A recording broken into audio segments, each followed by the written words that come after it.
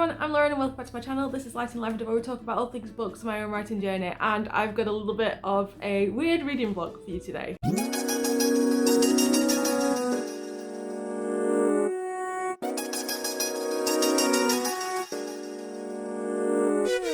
So, I have received this package in the mail today. I have crossed out my address so I can't get doxxed. No doxing for myself here. Last week on Twitter, I saw a tweet from a self-published author asking if anybody wanted to read a copy of their book because they've got some lying around, and if you did, send them a message and they would send it out to you. So I have received this today and I'm pretty sure it is this book. It looks like they've got some really nice branding. I don't know if the light is there. So they've got their own sort of like company branding of Silver Sun Books. I think, if I remember right, this is a YA based, this is a YA fantasy with vampires and zombies, I think. So I'm gonna try and get into this, but we all know what I'm like. So I've got some scissors because this has got string on it, so it might be easier to cut through than ripping it with my fingers. So I have got the book open and this is what it is. Let us take it out of here. So inside the little package is, I feel like I'm doing an unboxing, this little pin, which I have no idea what it is. It's just kind of cute though. Is it like a rose? I'm not really sure, but yeah, no, that's cool. I have got a lollipop. I think it's a Tootsie Roll Pop, which I'm gonna love a lollipop. A little note from the author just saying thanks for reading her book, and if I want to read anything else, there's more. And also if I want to get in on more arcs, she's got a page set up for it. There is also, oh this is cool, a short story as part of this. Nice! I didn't know there was this as well, so I'll do this can be for both of them. There's 27 pages in this, and then this looks like it's for the Sovereign series, which is this book. Oh, and it's signed! Oh, we stan an author who sends out signed arcs. Well, signed review copies. So, oh, this is the book. So this is called The Gilded King. I think this is the Sovereign series from what I can see in the back of this one. Yeah, literally I saw that it was YA and got zombies and vampires, so I said yeah, I'll read it. Let us actually read the blurb for this book. In the blue, the world's last city, all is not well. Julia is stuck within its walls. She serves the nobility from a distance until she meets Lucas, a boy who believes in fairy tales that Julia's world cannot accommodate. The blue is her prison, not her castle, and she'd escape into the trees if she didn't know that contamination and death awaited humanity outside. But not everyone in the blue is human, and not everyone can be contained. Beyond the city's boundaries in the wild forest of the Red, Cameron has precious little humanity left to lose. As he searches for a lost queen, he finds an enemy rising that he thought long dead. An enemy that the humans have forgotten how to fight. One way or another, the walls of the blue are coming down. The only question is what side you'll be on when they do. I am now even more hyped for this book. And so like I said, this is by an author called Josie Jaffrey. She is on Twitter, I think that's her username as well. And this video is going to be a reading vlog on this, and I've already spent quite a lot of time just doing this mini unboxing, but I think I'm also going to read The Blue Empress as well as part of this, so enjoy the double reading on that one. This is the first book in the Sovereign trilogy, so if I like it then I've got over 2 books that I can go and buy as well. But that is it for this start, and I will catch you all with some reading and maybe some fancy B-roll footage. Who knows? So I thought I was done with this little opening, but then I've actually just opened this, and so it's also signed, but it's also a limited edition. How cool is that?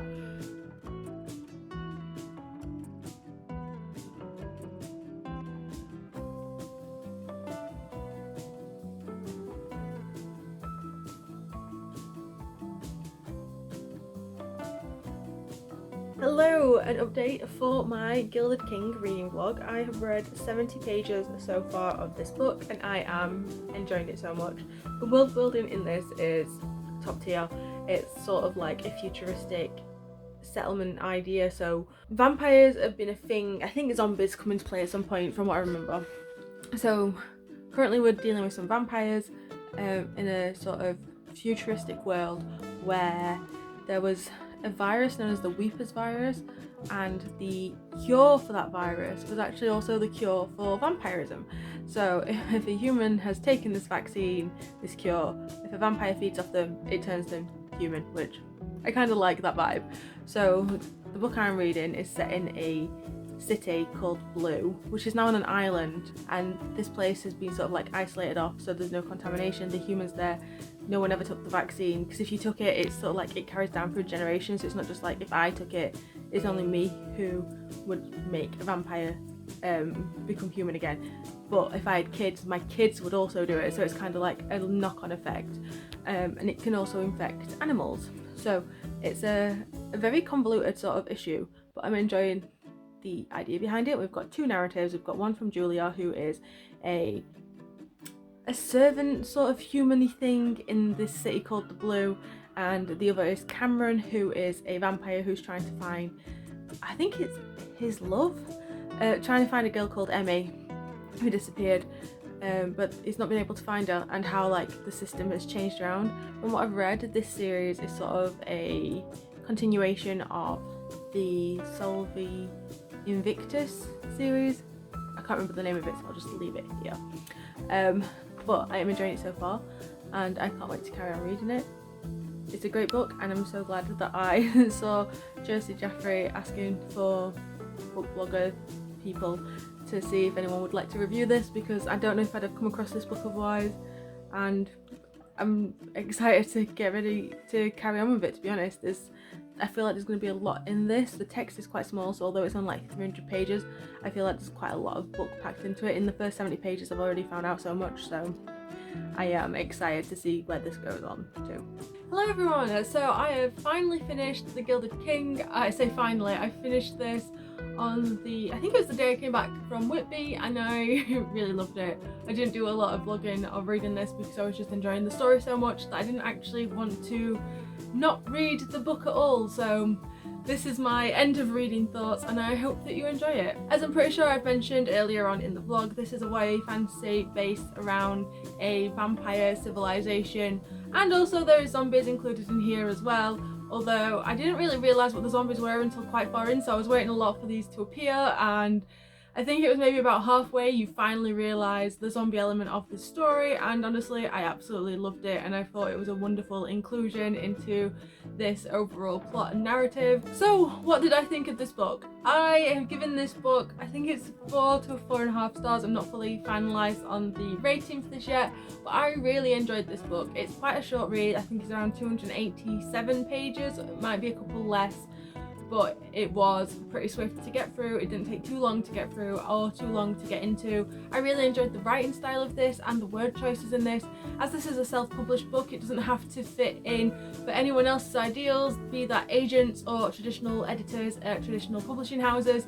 So the word use in here was really great. I loved it. It was so different to what I have normally read, and is now making me want to read more sort of self-published, independently published authors, just because you don't have the constraints of other people's choices and what other people think is something that is going to sell. This book focuses on a young servant called Julia who lives in a city called the Blue, which is a sort of isolated city run by the nobles. The nobles, it turns out, are silver, and silver in this world is vampires. They're called silver because I think the veins in the eye, not the irises, but the veins in their eye are actually silver rather than blood.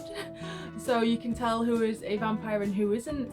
But this can be masked the older that you get as a vampire, and Julia is a human girl. I think she's 17, 18, I'm not entirely sure.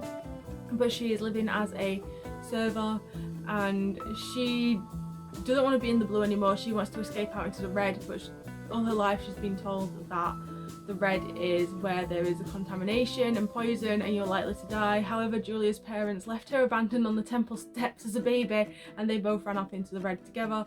So she's always had sort of a lingering want to go and find them, because part of her believes that her parents are still alive and that they're not gone completely forever. The other side to the plot of this is following a silver called Cameron, who is trying to find a missing member of their original group, I think it is. This book follows on from a previous series by Josie Jaffray. I think it's called The Solvus Invictus or something like that, which is a paranormal romance, and I think these characters pull across from there. So I'm not sure what the sort of full group is, but Cameron is looking for a woman called Emmy. He's been searching for her for centuries and has been unable to find her, and he's given a clue on where to go. So this is his journey through the red and the contamination, and it turns out the contamination is a cure to a virus called the Weeper's virus, which unfortunately doesn't only cure the Weeper's virus, but it also cures sort of immortality and vampirism as well.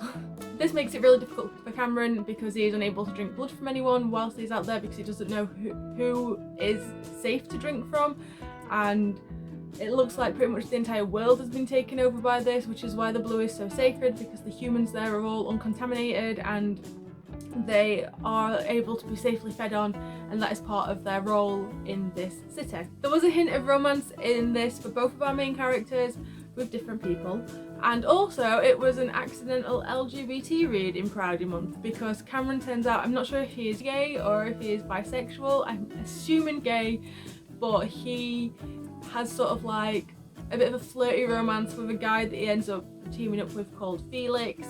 And yeah, I was down for it. It was just so sweet. And then Julia also has her own love interest. I don't want to go into that too much for spoilery reasons, but yeah, it was also cute, and I was just like, oh, I just wanted to see them, and I was getting a lot of feels. And yeah, so maybe I'm a sucker for fantasy romance after all. Like I said, this was a really good read for me. I would really recommend this to anyone who enjoys sort of YA fantasy and YA fantasy romance.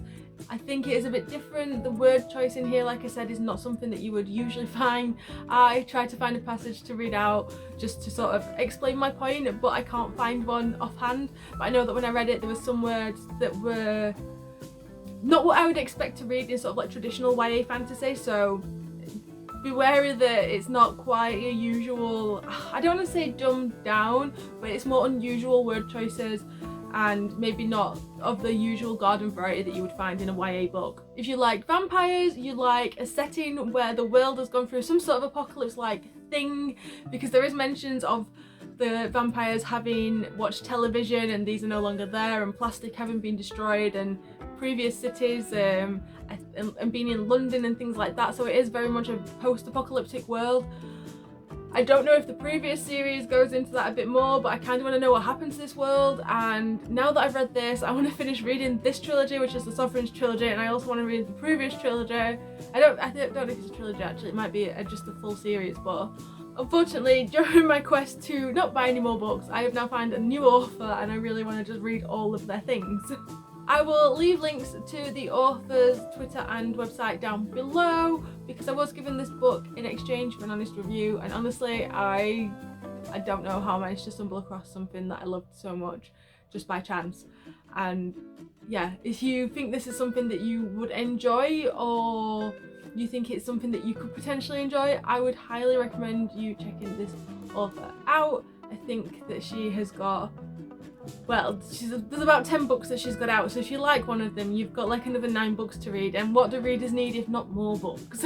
Okay, I've managed to find an example of words that you wouldn't usually come across. I don't even know if I've come across these sort of words in adult fantasy, which is why maybe it stood out to me so much, but one of the sentences is an exchange where there's this ceremony going on in the city, and one of the characters, Claudia, says, "And handsome," Claudia said, smiling winsomely. Winsomely. This word, I don't know if I get the impression of it, but I don't know if I've ever actually come across this word before. So it's just, this is what I mean by there's words in here, and the word choices and the sentence structure in it is just so completely different to what you would expect from a traditional published book. But I think this difference is actually something that helps make this book stand out, and it also helps to show that this author is not just the same sort of samey writing style trying to fit a structure. Yeah, okay, there's a romance element to this and it's fantasy, so there's like some minor tropes in here, but I think that this has been done in such a way that it breathes a bit of fresh life into the overall genre, which is one of the reasons why I really enjoyed this. But I think this was a great book, and I would recommend this to anyone who enjoys fantasy, vampires, minor zombies, because There is zombies in here, but it is very sort of towards the end. I would give definite major trigger warnings if for blood, because it's a vampire book. There is a lot of blood in here, and not just like bottled up, but people being bitten, injuries. Also with the zombies, there's a lot of death, so it's kind of one of those things where if you're not really good with that sort of thing, maybe don't read it, but I would really recommend this to anyone who enjoys fantasy books and books around vampires. Leave me a comment if you've read any books similar to this, or any books that you think are similar to this, because honestly, now that I have read this one, I can't wait to try and get some more, either by this author or similar styles but by different authors. So let me know any recommendations down in the comments below. If you like this video, don't forget to give it a like, and don't forget to hit subscribe if you want to see more videos from me. There's a new one out every single week. I hope you're all well and you're all staying safe, and until next time, bye!